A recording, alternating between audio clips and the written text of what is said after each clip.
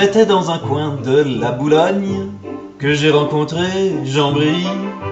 Arrivait telle une cigogne, et moi je vivais là aussi. Elle trouvait vite une occasion d'engager la conversation. On était dans une école, j'y faisais des heures de colle, Jean-Brie aussi.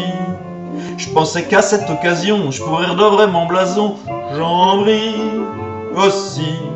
Près de moi, des enfants sages qui faisaient du barbouillage, Jean-Brie aussi.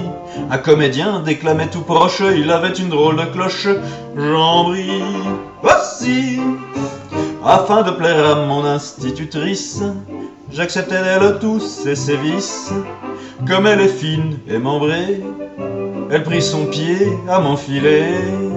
Et pendant qu'elle prenait le sien, je lui fis du pied avec le mien. Je pris près d'elle mes pénates qui étaient plutôt plates, Jean-Brie aussi. Puis j'appris des carabistouilles pour être plus casse-couille, Jean-Brie aussi. Je trahissais tous mes potes, je rêvais d'être despote, Jean-Brie aussi. Puis je suivis une poire hollandette, seulement la poire était blette, Jean-Brie aussi. Le pognon lui tournant la tête, elle murmura « Quand tu voudras ». Alors je partis à la conquête de l'hôtel tout près de là. C'était pas le ministère de l'économie, c'était bien plus réussi.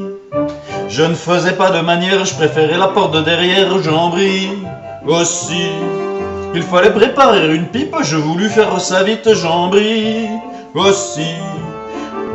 L'histoire était pas banale, elle resterait dans les annales, Jean-Brie aussi. Il fallait beaucoup d'astuces pour tromper les gugus, Jean-Brie aussi.